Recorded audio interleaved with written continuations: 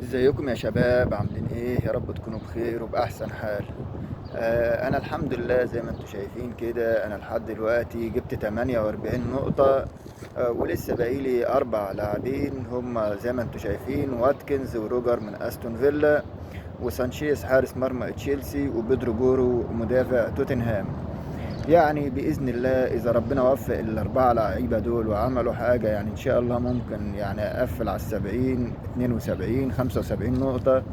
يعني ودي حاجة كويسة في جولة زي دي، خاصة إن إحنا شايفين ناس كتير جايبة في التلاتينات وال35 21. فأنا لو قدرت أقفل طبعا 70، 75 نقطة دي حاجة كويسة.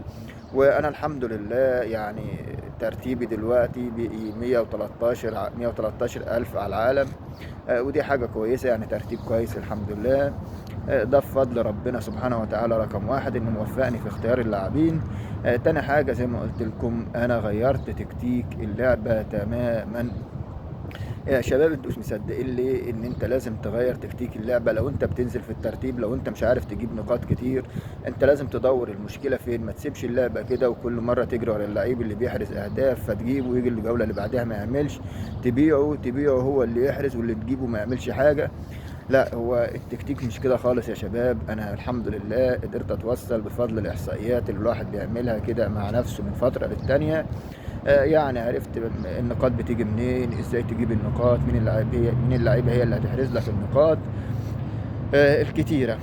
وانا هقول لكم على التجربه بتاعتي، ويعني اتمنى الجميع يستفيد.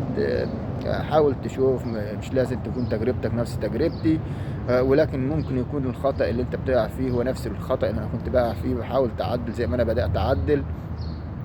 أنا زي ما قلت لكم اكتر من مره، الخطأ اللي كان عندنا كلنا يعني هو اعتمادنا على المدافعين وحراس المرمى اللي هم باكتر من 4.5 مليون.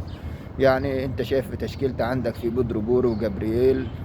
جابرييل ب6 مليون وبودرو بورو ب5.5، وعندك بوب حارس المرمى ب5. كل ده كان في قبل كده برضو مدافعين معايا زي جافارديول ب6 مليون.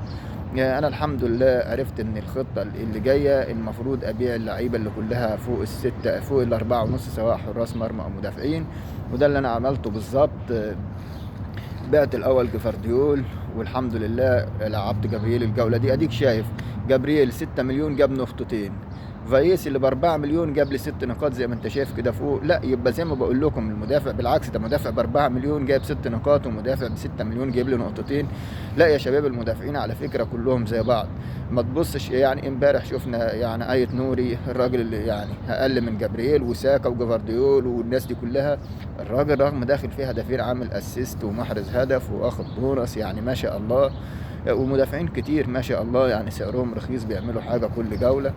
فان ديفين زي ما بتشوفوا كل مرة بيعمل حاجة، الراجل بيحرز مثلا أهداف، بيعمل أسيستات. فأنت كمان لازم تشوف يعني تشوف لك حل في موضوع المدافعين وحراس المرمى اللي أكتر من 5 مليون وب6 مليون.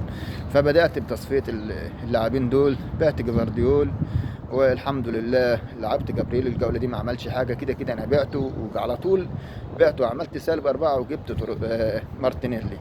أصبح عندي في خط النص ساكا مارتينيلي هافيرتز، ساكا مارتينيلي تروسارد. تاني حاجة يا شباب، بعد تغيير حتة المدافعين وتبدأ بمدافعين ب4.5، تاني حاجة هنبدأ ندخل على خط الوسط. لقيت انت لما بتشكل من كل الفرق بتطلع بلانكات كتيرة. يعني انت بص عندك كده في الفريق هتلاقي كام بلانك؟ هتلاقي مش اقل من 4 5 بلانك، سواء في خط الوسط، في خط الهجوم، مش عارف في ايه. كل دي بلانكات، بلانك بلانك بلانك، كل لعيب جاب نقطتين ثلاثة، نقطتين ثلاثة، نقطتين، نقطة ثلاثة، وهكذا. ده سبب يا شباب ان انتوا بتعملوا يعني بتعتمدوا على اكتر من فريق في التشكيله. انا لقيت ان المكسب انك تعتمد على 3 فرق بس في اللعبه، في الهجوم وفي خط الوسط. وده التكتيك اللي بدات اتجه ناحيته. يعني انت لما تشوف مثلا معايا في التشكيله اللي بعد كده هتلاقي معايا، يعني انا واخد ال3 بتوع الارسنال: تروسارد، مارتينيلي، ساكا. ليه واخد التلاتة أنا متأكد 100% إن كل مباراة هطلع من وراهم بحوالي 25 نقطة أو 30 نقطة بس من ال3 لعيبة دول. يعني أنت كده تابع معايا الأرسنال من بداية الموسم كده. مين اللي بيحرز الأهداف؟ هتلاقي هو كاي هافيرتز، ساكا، مارتينيلي، تروسارد. كل مرة اللي بيصنعوا واللي بيهدفوا هم نفس اللعيبة. كاي هافيرتس بيصنع لساكا، ساكا بيصنع لكاي هافيرتس. مارتينيلي بيحرز عن طريق صناعة ساكا، مارتينيلي بيحرز عن طريق صناعة كاي هافيرتس، تروسارد بيحرز بنفس الطريقة، ساكا هافيرتس تروسارد مارتينيلي. الأربعة دول من بداية الموسم هم بيصنعوا لبعض وبيهدفوا مع بعض. إذا أنت لما يكون عندك منهم ثلاثة في خط الوسط، طبعا طبيعي الأرسنال كل مباراة هتحرز هدفين أو ثلاثة. على فرض بس إن الأرسنال أحرزت هدفين وأنت معاك مثلا ساكا ومارتينيلي، والاثنين مثلا كل واحد جاب هدف وواحد فيهم صنع هدف أو صنعوا الهدفين، هتبص تلاقي نفسك طالع بأقل شيء 20 نقطة مع النقاط والأهداف والبونص. فعلشان كده يا شباب الفترة اللي جاية لو انت عايز تلعب اللعبة دي صح، تتخلص من مدافعين حراس المرمى اللي اكتر من 4.5 مليون، وتشتري مدافعين ب4 مليون او 4.5. صدقني بيعملوا نفس النقاط اللي بيعملها ب6 مليون وب7 مليون. كمان زي ما بقول لك تعتمد على 3 فرق. يعني لو حابب مثلا تبدأ تعتمد على فريق زي ليفربول، يبقى تحط مثلا جوتا مع صلاح مع دياز، يكونوا الثلاثة معاك. سيبك من حته التدوير دي، التدوير دي مش هتبقى دايما. حتى لو في تدوير على الاقل انت ضامن 2 منهم في الملعب. يعني لما تكون معاك صلاح، جوتا، دياز، تأكد ان الاهداف اللي هتيجي من الفريق دي هتيجي عن الطريق الثلاثه دول. انت هتستفيد بالصناعه وبالتهديف في نفس الوقت.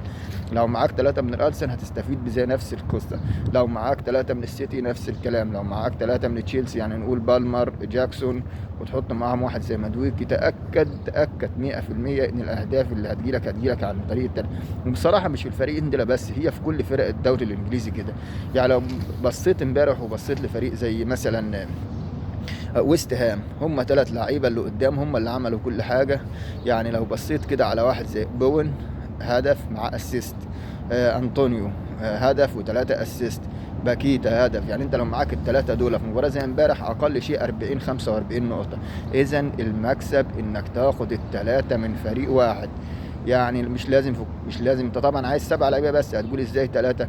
مش مشكله، خد 3 من الارسنال، خد 2 من السيتي فودن وهالاند، يعني نقول ساكا مارتينيلي تروسارد، وخد معاهم هالاند وفودن، وحط معاك لويس دياز، ادي كده كام 6، وخد لك كمان واحد سابع من اي فريق تاني يكون مميز. يبقى انت كده ضمنت النقاط في كل مباراة. صدقني هم المثلث اللي قدام ده في كل مباراة من بداية الدوري. هات اي مباراة من بداية الدوري لأي فريق، هتلاقي ان المثلث اللي قدام في كل فريق فيه 3 مميزين. هم بص كل الاهداف بتيجي عن طريقهم هم. نفس الكلام في لما تبص فريق مثلا زي كريستال بالاس، ماتيتا، ايزي، صار او كان اوليز قبل ما يمشي، هم نفس الاهداف بالمباراه. الا احيانا المدافع كده يعني بيطلع له طلعه بيحرز هدف، لاعب بخط النص بيحرز هدف، ودي بتبقى قليله. لكن الاعتماد كله دايما احنا بنشوفه في اللعيبه اللي هم في مثلث معين في كل فريق. المثلث ده هو اللي بيحرز الاهداف كل مره وبيصنع. ركز على المثلث ده، اعرف مين هو المثلث ده في كل فريق، وحاول تاخد مثلثين من الفرقه دي. صدقني انت لو اخدت مثلثين بس، يعني لو اخدت 3 مثلا من الارسنال و3 من السيتي يكونوا ضامنين مكانهم، تأكد من ال6 لاعبين دول انت ضامن كل جولة 50 نقطة كده حاططها في جيبك، وال30 20 نقطة ال25 30 نقطة هتقدر تجمعها من باقي الفرق. وزي ما بقول لك اعلى جولة لأي حد، احنا باستثناء اول جولتين اللي هم 120 نقطة، يعني الكل بعد كده جايب مثلا ما بيعديش ال75 نقطة، ال60 نقطة، ال70 نقطة، ال80 نقطة. فانت على الاقل لما تكون ضامن 50 نقطة من فريقين، افضل من ان انت تختار 15 لاعب ما انتش ضامن نقاطهم، تبص تلاقي كله بلانك بلانك بلانك بلانك بلانك، انت مش عارف مين هيهدف او الهدف هيجي منين. يعني انت لو خدت صلاح مثلا، ما انت ممكن اللي يهدف في اللحظة دي واحد زي لويس دياز، او واحد زي طبعا مثلا نقول جوتا في نفس القصة. انت لو اخدت مثلا من الارسنال اخدت ساكا، ممكن اللي يهدف مارتينيلي تروسارد زي ما حصل المرة اللي فاتت. ممكن تاخد مثلا فريق مثلا زي تشيلسي، ممكن تاخد بالمر واللي يهدف جاكسون ومدويكي. فانت ليه انت خد ال3 علشان تضمن على الاقل في هدفين بس يكونوا هدفين مؤكدين ليك بالاحراز وبالصناعه. يعني على الاقل ال3 دول هيجيبوا لك هدفين ويحرزوا لك وهيصنعوا لك هدفين، فتضمن على الاقل 25 30 نقطه من ورا كل فريق في كل جوله. ويا شباب بالتوفيق للجميع، وربنا يوفق الجميع، والسلام عليكم ورحمه الله وبركاته.